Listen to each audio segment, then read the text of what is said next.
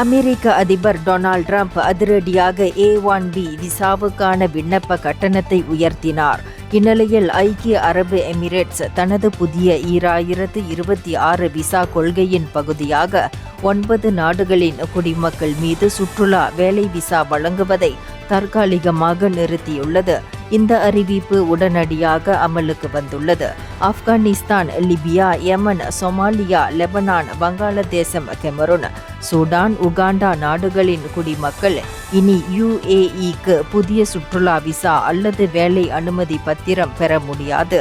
ஏற்கனவே செல்லுபடியாகிய விசா வைத்திருப்பவர்கள் பாதிக்கப்பட மாட்டார்கள் என தெரிவிக்கப்பட்டுள்ளது. பாதுகாப்பு சிக்கல்கள், தீவிரவாத அச்சங்கள், தூதரக உறவுகளில் ஏற்பட்ட பதற்றம், தொற்று நோய் தொடர்பான பயண கட்டுப்பாடுகள் உள்ளிட்ட காரணங்களால் இந்த முடிவு எடுக்கப்பட்டிருக்கலாம் என தகவல்கள் தெரிவிக்கின்றன. இந்தியர்களின் இதய குரல் மக்களோசை.